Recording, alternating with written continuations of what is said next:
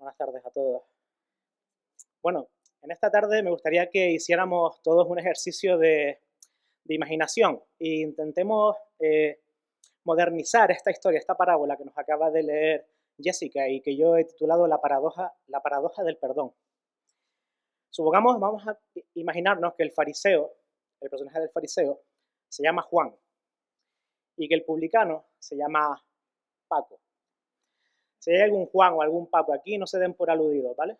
No he elegido el nombre por nadie en especial, nombres al azar, nombres comunes. De hecho, tengo un hermano que se llama Paco. Si Paco está viendo por casualidad, ojalá, esta predicación por internet, no te sientas aludido. Juan, el fariseo, llega un domingo por la mañana a la iglesia, a una iglesia como esta.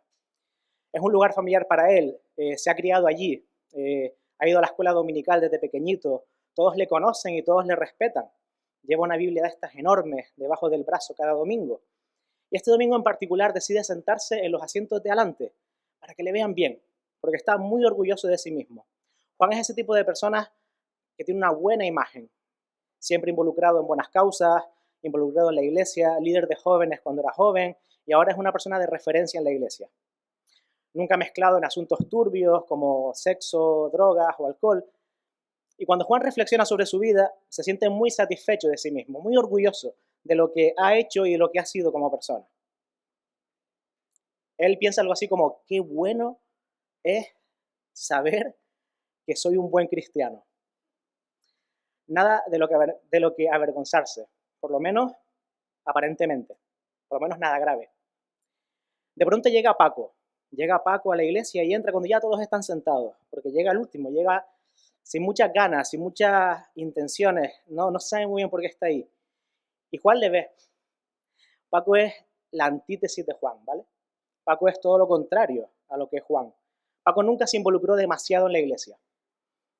Paco desde joven tuvo una vida muy contraria a la de Juan. Excesos con el alcohol, con drogas, un sinfín de relaciones rotas, muchos esqueletos en el armario, si saben a lo que me refiero. Juan, como digo, le ve enseguida y le conoce bien y siente rechazo por él. Da gracias a Dios de no ser como Paco. Paco se siente fuera de lugar. En realidad no sabe muy bien por qué ha ido ese día a la iglesia. No se siente en su lugar. Paco no sabe bien qué hacer porque no conoce bien las costumbres de la iglesia, no sabe cómo comportarse, no sabe cómo es las costumbres religiosas de esas personas. Y rodeado de gente, Paco se siente más solo que nunca. Y más observado que nunca también. Pero esa mañana, Paco se da cuenta de una cosa, de que es pecador. Y Paco se da cuenta en esa mañana de que necesita a Dios más que ninguna otra persona en el universo. No porque sea peor persona que cualquiera de las que le rodean en esa mañana o en esa tarde, sino porque se da cuenta de que necesita a Dios en su vida. Y se golpea el pecho, dolido por todos esos años de su vida desperdiciados. Y lo único que le sale de su boca es, ay Dios mío, sé propicio a mí, porque soy un pecador. Les digo, que en esa mañana Paco fue el que se fue de la iglesia más cerca de Dios que Juan. Porque cualquiera que se enaltece será humillado, y el que se humilla será enaltecido. Mira, una de las grandes dificultades de entender las parábolas de la Biblia y las parábolas de Lucas en especial es que en la actualidad es entender lo que oyeron los primeros oyentes a los que hablaba Jesús. A menudo estamos tan familiarizados, sobre todo los que estamos en una iglesia de toda la vida, con los términos fariseo, publicano, que los pasamos de largo y no pensamos en lo que estamos leyendo, no pensamos en lo que estamos escuchando. La fuerza que tienen esas palabras. Lucas simplemente reprodujo lo que Jesús dijo. Jesús, el maestro, eligió esas palabras, eligió estos personajes porque quería transmitir un mensaje a todos los que le estaban oyendo y a nosotros también hoy. Y por eso necesitamos entender lo que quería decir. Pensemos por un momento. Dos hombres asisten al templo a orar. Aparentemente es una decisión loable por parte de los dos. Pero la lección extraordinaria que encontramos es lo que yo llamo la paradoja del perdón.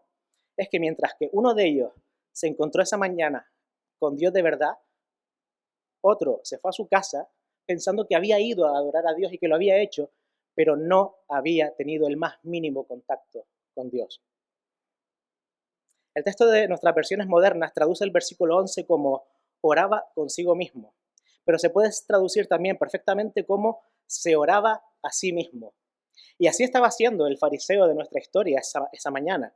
No estaba orando a Dios, no estaba hablando con Dios, estaba hablando consigo mismo. Se estaba mirando a sí mismo y lo que veía le encantaba.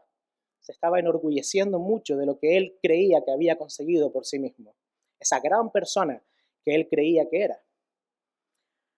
Solo eso es razón suficiente para preocuparnos. Y Jesús nos dice en esta parábola que es posible, y es muy posible, asistir cada domingo a una iglesia pensando en encontrarse con Dios y salir por esa puerta creyendo que así ha sido, y sin embargo, haberte engañado a ti mismo y no haberte encontrado para nada con Dios. Pero hay algo mucho más paradójico en todo esto, y es aquí donde el lector moderno se puede perder un poco lo importante de la historia, lo escandaloso de la historia que nos cuenta Lucas, que nos cuenta Jesús realmente. Jesús nos cuenta que el hombre cuya oración fue escuchado fue la de un publicano. ¿Saben lo que es un publicano?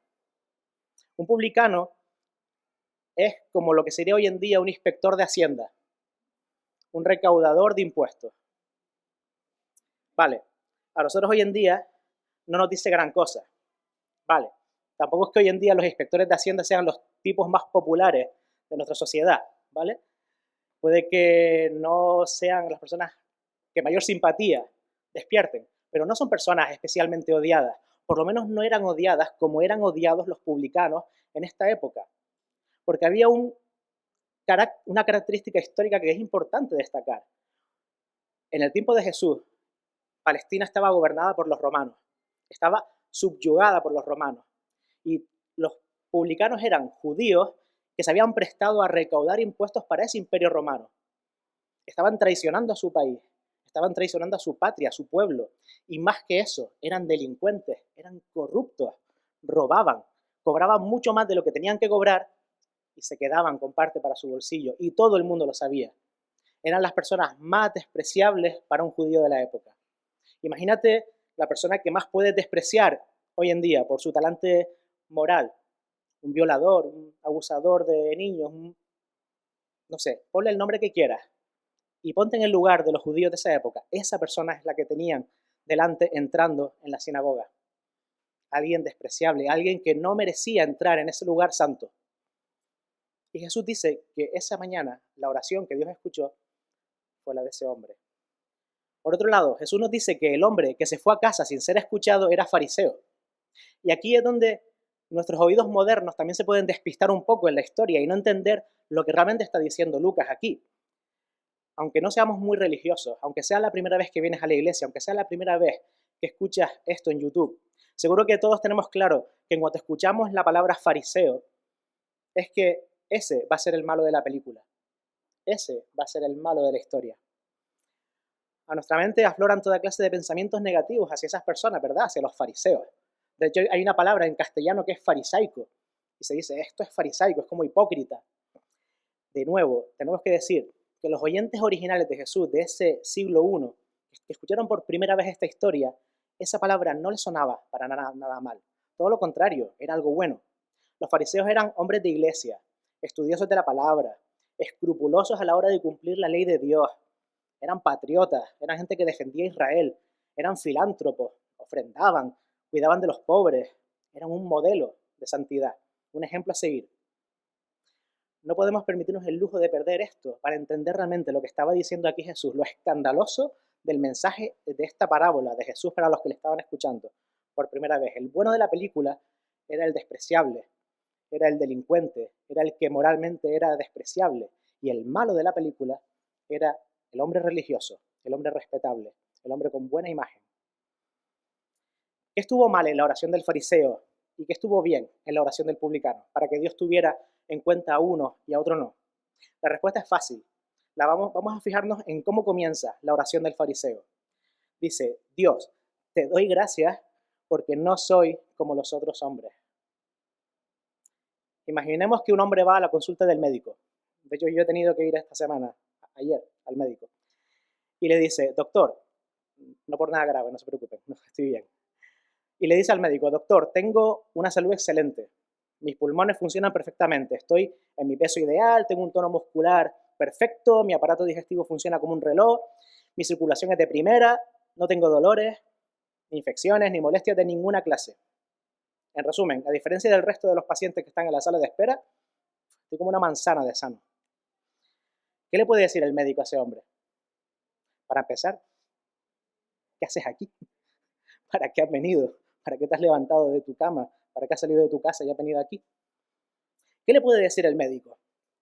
Se va a marchar exactamente igual ese hombre de lo que vino, sin recibir ningún beneficio. La visita ha sido una pérdida de tiempo. No había nada que recibir y no había nada que dar. Seguramente, si hubiera permitido que el médico le examinara, seguramente su confianza habría bajado. Si hubiera permitido que el médico le examinara, habría encontrado ese médico algún problema del que él no era ni consciente. Pero ni siquiera le dio la oportunidad a ese hombre porque estaba tan seguro de su salud, estaba tan seguro de lo bien que estaba, que ni siquiera le dio la oportunidad al médico de decirle que algo no iba bien. Esto es algo similar a lo que Jesús dice en este otro texto de Mateo 9:12, cuando dice, los sanos no necesitan de médico, sino los enfermos. Y esta parábola trata de eso. Trata de la diferencia entre los que son enfermos y no se dan cuenta de que están enfermos y necesitan el médico. Este fariseo era el ejemplo perfecto de esto. Fue al templo a felicitarse a sí mismo por su salud moral, en vez de preguntarle a Dios en qué punto estaba su vida espiritual. En vez de ir de forma sincera ante Dios y preguntarse, Señor, examíname, examina mi corazón y conoce si hay algo que cambiar en él, porque quiero cambiar, quiero acercarme a ti. El publicano, en cambio, ¿se acuerdan? Esa persona despreciable, ese recaudador de impuestos, esa persona que no merecía estar ahí, esa mañana fue muy consciente de que la oración del fariseo iba dirigida a él. Dios, te doy gracias porque no soy como los otros hombres, ladrones, injustos, adúlteros, ni aún como este publicano. Es el texto que acabamos de leer. La sutileza no era una virtud de los fariseos. Iban directos, iban claros, iban a la cara. El publicano estaba acostumbrado a esa clase de insultos, los recibía cada día de todos sus amigos, todos sus familiares. Los familiares de los publicanos renegaban de ellos, era como si ya no tuvieran hijos o hermanos, habían traicionado a su pueblo, eran despreciables. Ese hombre estaba acostumbrado a eso. Y por esta razón, y él sabía que en verdad, al fin y al cabo, sabía que se los merecía porque eran verdad, era un delincuente, era todo lo que le estaban llamando. Y por esta razón en sus labios no escuchamos palabras de felicitación propia. No escuchamos al publicano decir, pero vale, sí, tengo mis defectos, pero tampoco soy tan mala persona. De vez en cuando también ayudo a los pobres. No. No buscaba ninguna justificación. Simplemente se golpeó el pecho y dijo, Señor, sé propicio a mí porque soy pecador. Simplemente se golpeaba el pecho y sintiéndose fatal en un gesto que ningún judío de la época llevaría a cabo, porque aquí es donde el oído moderno también se pierde, los judíos eran un pueblo de símbolos, de gestos físicos.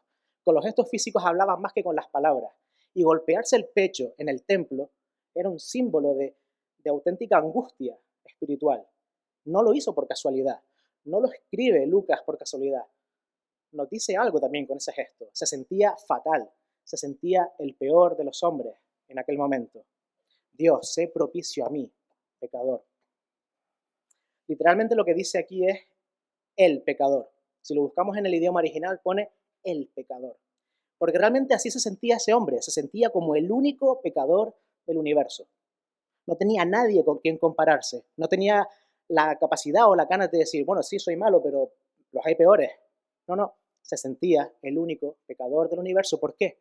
Porque en esa mañana se había encontrado de forma sincera, cara a cara, con Dios. Y lo que vio es la santidad inmensa de Dios, la santidad inconmensurable, inimaginable de Dios y su naturaleza pecadora. Así se sentía aquel publicano. La diferencia entre estos dos hombres es la necesidad de Dios de uno y de otro. El hambre de Dios del publicano en contraste con el fariseo. El fariseo estaba muy bien alimentado, no necesitaba a Dios para nada, pero el publicano sí. ¿Hasta qué punto tenemos hambre de Dios en esta tarde? ¿Hasta qué punto anhelamos la gracia de Dios en nuestra vida? Es una buena pregunta para hacernos esta tarde mientras seguimos estudiando esta parábola. En los últimos tiempos se debate mucho en la iglesia evangélica sobre el tema de la alabanza y la liturgia. Yo vengo hace poco del seminario y también en el seminario esto es un tema que se debate mucho. Sobre si la alabanza tiene que ser más alegre, más vistosa, menos vistosa, más activa, menos activa. La gente se mete en unos debates súper, bueno, voy a controlarme, un poco a veces estériles, ¿verdad? En este tipo de cosas. Pero me da la impresión de que los grandes temas que debatimos como cristianos son los mismos en los que se fijaría el fariseo de nuestra historia, en lo exterior, en lo externo, en lo que se ve, y no en lo interior, no en lo que está en nuestro corazón. Nos centramos en discutir sobre asuntos de formas externas en vez de preocuparnos de lo importante, qué tipo de música, si himnos o cánticos modernos, qué clase de atmósfera, qué clase de instrumentos, el tipo de participación. Estos son los temas que discutimos y los temas que discutiría un fariseo. Sinceramente, aunque me parece muy bien hablar de todas estas cosas, y creo que podría ayudar a mejorar, ¿por qué no?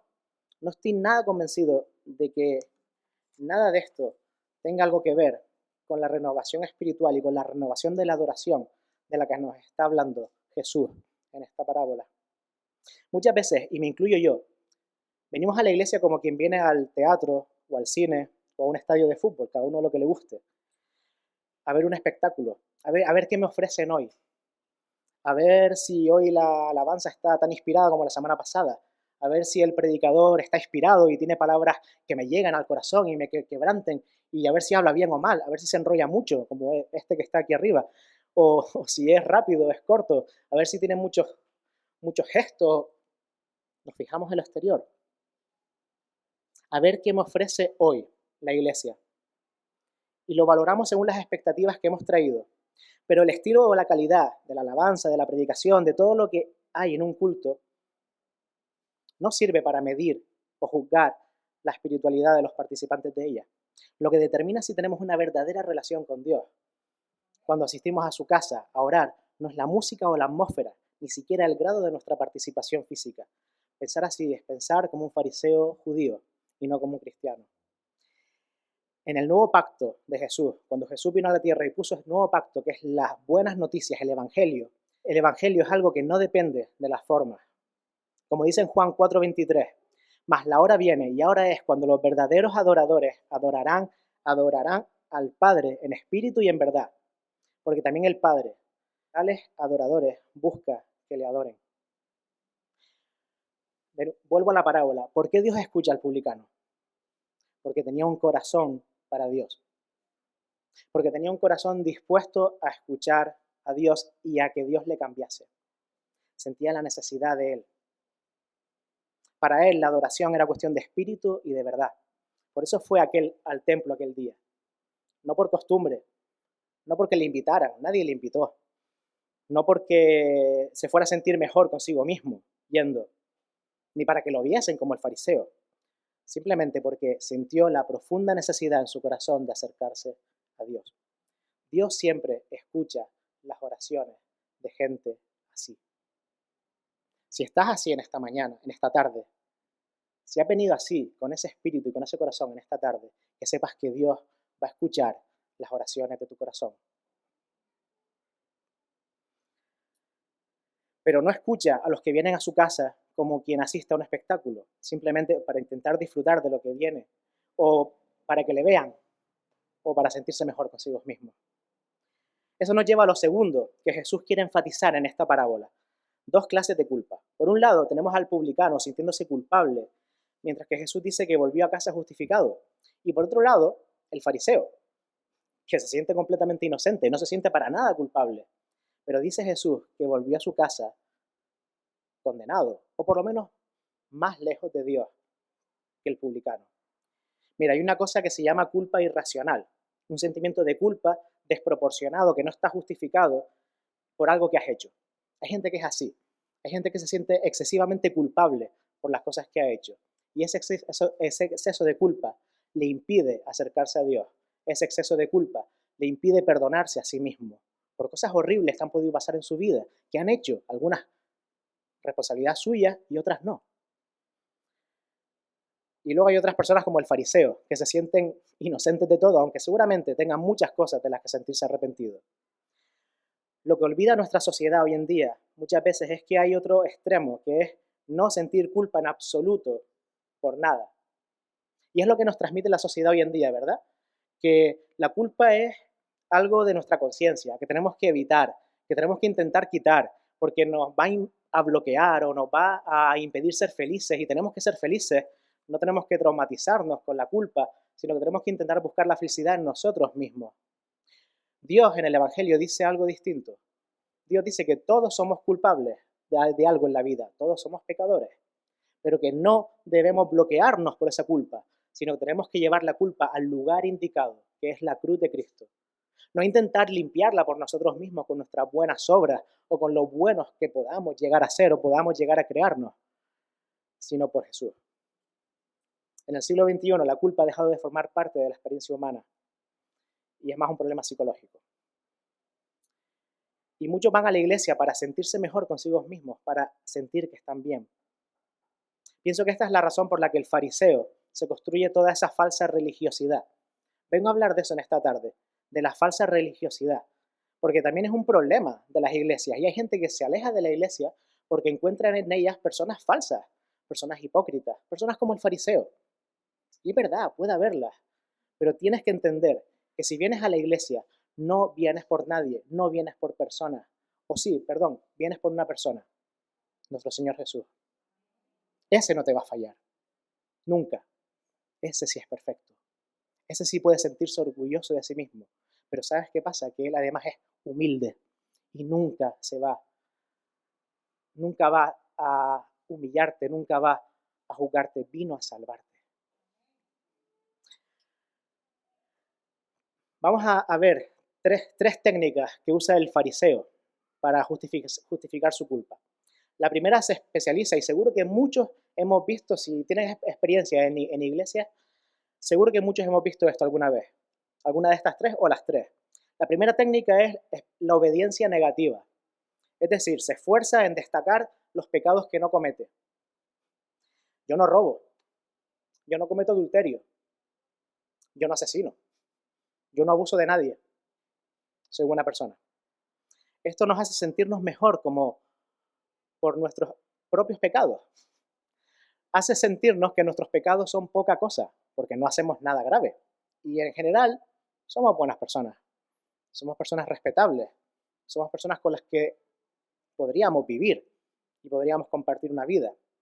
También es paradójicamente la razón por la que mucha gente ve a Dios como alguien que fastidia la existencia humana. Lo ven como un aguafiestas cósmico que le encanta prohibirnos y quiere que dejemos de hacer todo lo que deseamos, todo lo que nos divierte, todo lo que nos hace disfrutar.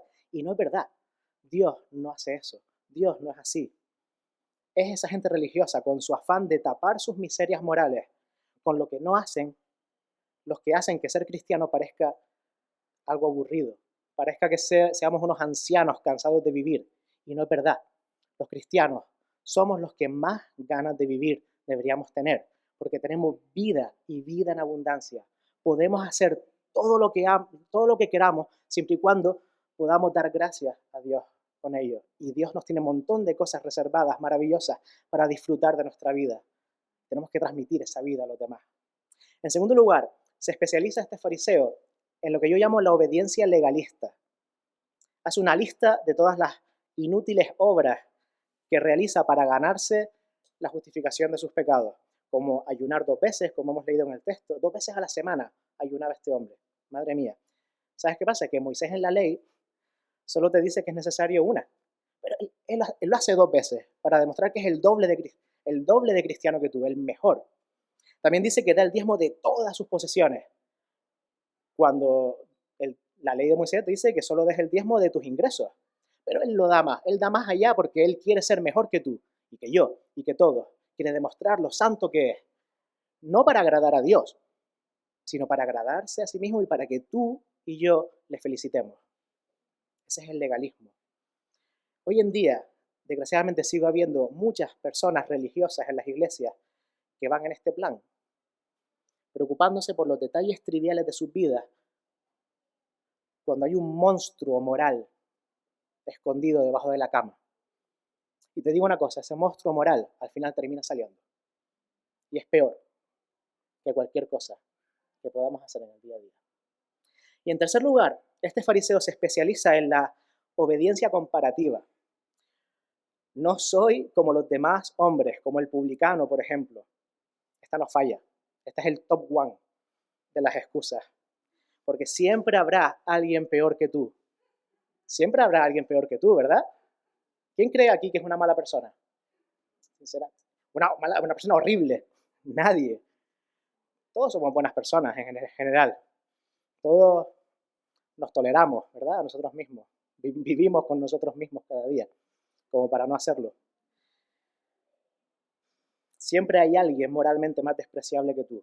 Implícitamente está diciendo, yo nunca podría ser como él o como ella.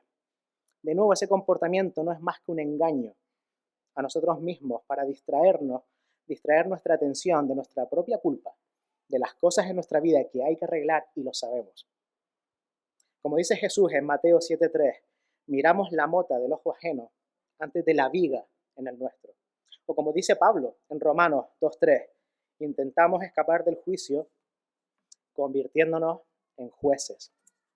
Nos encanta ser jueces de los demás, pero no nos gusta nada la sola idea de que algo o alguien nos pueda juzgar a nosotros. Al fariseo estas técnicas le funcionan estupendamente bien, y a mucha gente hoy en día también. Pero Jesús insiste en que a pesar de lo efectivo que sea esas tres técnicas, su verdadera culpa continuaba allí porque se fue del templo esa mañana sin ser justificado, y el publicano sí. No tengo razón entonces de preocuparme porque hoy pueda haber aquí alguna persona con ese mismo autoengaño. O porque yo mismo pueda estar cayendo en esa misma trampa, utilizando esta parábola para criticar a los legalistas y a los religiosos, cuando debería estar examinándome a mí mismo, por si yo no he caído en ese error también. ¿Qué hago con mi culpa? ¿Qué hago con mi pecado? Esa es la cuestión de esta parábola. ¿Qué hago con eso? Y la respuesta es clamar a Dios. El publicano clamó a Dios por su pecado. Eso es lo que tenemos que hacer tú y yo en esta mañana, si hemos entendido esta parábola y la queremos aplicar. El publicano no podía racionalizar su vida en ese momento, estaba demasiado emocionado, estaba demasiado atribulado, tenía el corazón constreñido de dolor, no podía racionalizar su culpa, no podía intentar disimular el pecado por medio de la religión, por medio del legalismo o por medio de compararse con otras personas que eran peor que él, que seguro que las había. No tenía excusas débiles como el fariseo y ni siquiera intentaba buscarlas, Simplemente rogó, Dios, sé propicio a mí, pobre pecador. Y según Jesús, aquel hombre, aquella mañana, volvió a casa no solo sintiéndose mejor, que sentirse bien mal es algo subjetivo, sino volvió justificado. Volvió con su pecado justificado. Y eso es de lo que voy a hablar ahora. Os digo en el versículo 14, os digo que éste descendió a su casa justificado antes que el otro. ¿Qué significa justificado? La Biblia tiene palabras que a veces son complicadas, ¿verdad? Que a veces igual no nos dicen nada, sobre todo si es la primera vez que vienes a la iglesia, si es la primera vez que lees la Biblia. Mira, justificación no es una palabra que hable de sentimientos o de estados de ánimo. Estar justificado no es decir, qué bien me siento de que he ido a la iglesia, Josué me ha dicho unas cosas muy bonitas y me voy con el corazón contento y maravilloso. No. Justificación se trata de una palabra legal, de una palabra del derecho, de los tribunales. En este caso particular significa que fue declarado inocente delante de Dios.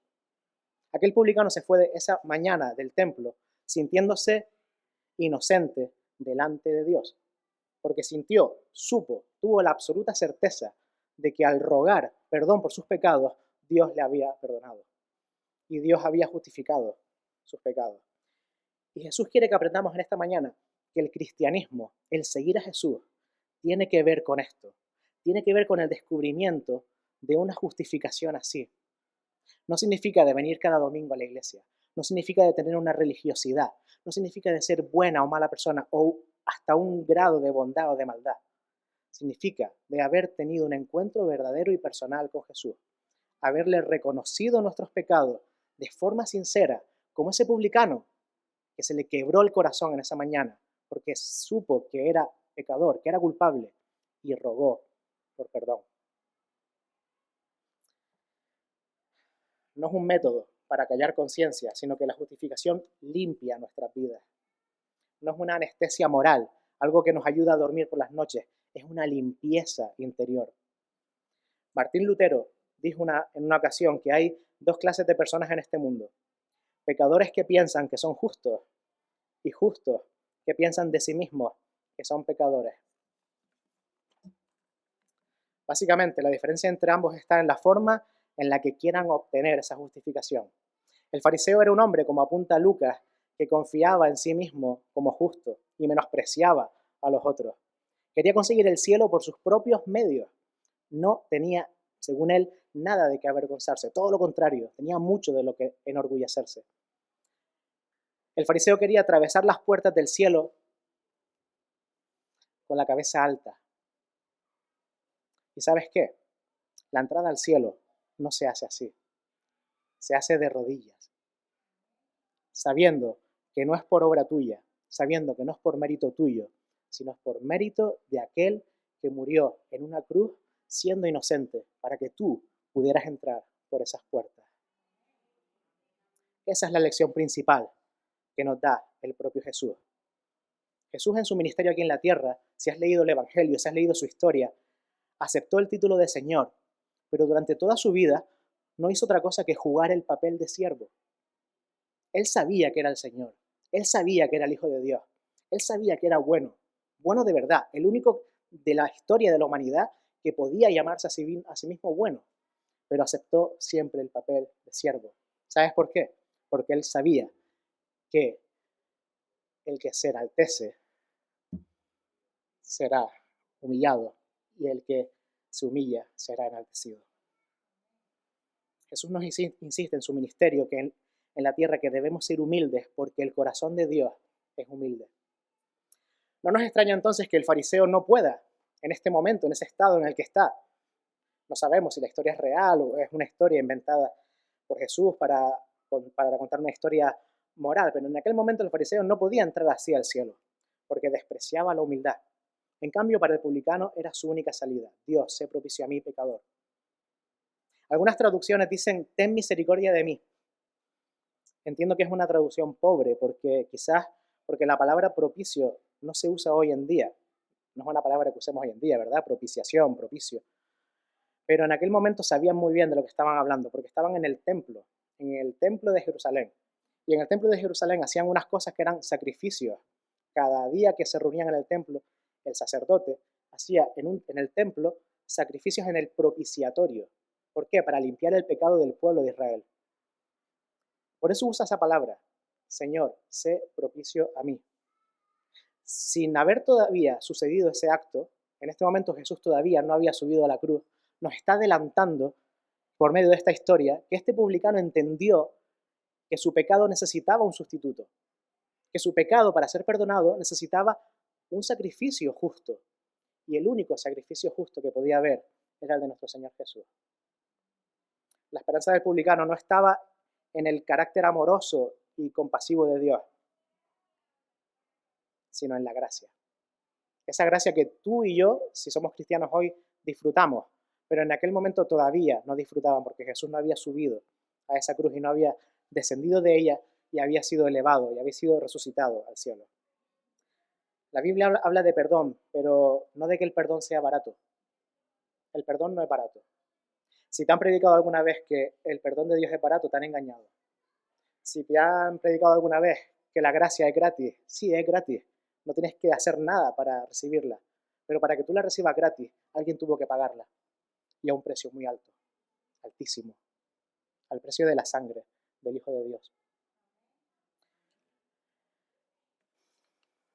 El publicano no minimizaba la seriedad de sus acciones, de sus pecados, no infravaloraba el castigo que merecía, veía el precio que alguien tenía que pagar. ¿Has buscado alguna vez el perdón de Dios? Y ya voy terminando. ¿Has buscado alguna vez el perdón de Dios de la manera que hizo este publicano? Por la provisión de un sacrificio que perdone tus pecados delante de Dios. ¿Te has parado a pensar en eso alguna vez? ¿Te has parado a pensar que es necesario que alguien pague por todo tu pecado? Porque si no, vas a pasar la eternidad alejado de Dios. O quizás buscas la salvación como el fariseo, por medio de buenas obras, por medio de ser buena persona. ¿Crees que con eso basta? ¿Crees que en el fondo eso es lo importante? ¿Cuál es la respuesta? La respuesta es que debes ir y hacer como el publicano. Debes ponerte en el lugar del publicano, quitarte todas las máscaras de religiosidad, todas las máscaras de hipocresía, todas las máscaras de buena persona que tengas, todas las máscaras y todas las excusas baratas, la ilusión de la respetabilidad y dejar de buscar tu propia justificación. Debes mirar en la misma dirección en la que miró el publicano aquel día, en un sacrificio. Y ese sacrificio, no me cansaré de repetirlo en este púlpito, es el que hizo nuestro Señor Jesús en la cruz del Calvario. Señor, sé propicio a mí. Pero sobre todo, necesitamos escuchar, y voy a acabar en positivo, porque siempre me dicen que soy muy duro. Voy a acabar en positivo. Necesitamos escuchar el veredicto tranquilizador de Jesús en esta parábola. Lo encontramos al final del 14. Os digo que éste descendió a casa justificado. Si haces esto, si haces lo que el publicano, si clamas a Dios por tu pecado, si de verdad, de forma sincera, te arrepientes de él y le pides perdón, Él te va a limpiar. Él te va a limpiar del todo. ¿Quiere decir que vas a dejar de pecar? Para nada. Vas a seguir pecando. Esas son las malas noticias. Pero la buena noticia es que vas a poder volver cada día a esa cruz a limpiar tus pecados. Y la buena noticia es que el Señor va a cambiar tu corazón, si lo haces de verdad de corazón, y va a procurar que cada día te acerques más a Él, que cada día seas más como Él. Vas tú mismo a anhelarlo, vas a pedírselo y vas a esforzarte por hacerlo. Y tenemos que creerlo. El teólogo Karl Barth, alemán, dijo lo siguiente: no nos gusta escuchar que hemos sido salvados solo por gracia. En realidad, no percibimos que Dios no nos debe nada, que podemos vivir solo gracias a su bondad, que lo único que podemos tener es la gran humildad de un niño pequeño con muchos regalos. Hablando claro, no nos gusta creer. No nos gusta creer que la salvación venga por gracia. Preferiríamos que fuera por nuestro mérito. Preferiríamos que fuera por nuestras buenas obras, pero no es así. Es solo por su gracia. Acepta a Jesús como Salvador. Acepta su gracia y acepta el estilo de vida que Él te pide vivir a partir de ahora. Oremos. Sí, Padre, gracias por el inmenso regalo que es tu gracia, Señor. Gracias por el inmenso regalo que fue que moriste en aquella cruz por nosotros, Señor. No lo merecíamos, no lo merecemos y no lo mereceremos nunca. Hagamos lo que hagamos, no podemos llegar a pagar el precio que tú pagaste, Señor. No podemos comprar nuestra salvación, pero tú, aquel día, en el monte del Calvario, la compraste. Y la compraste a un precio altísimo, Señor. Gracias por ello, Señor.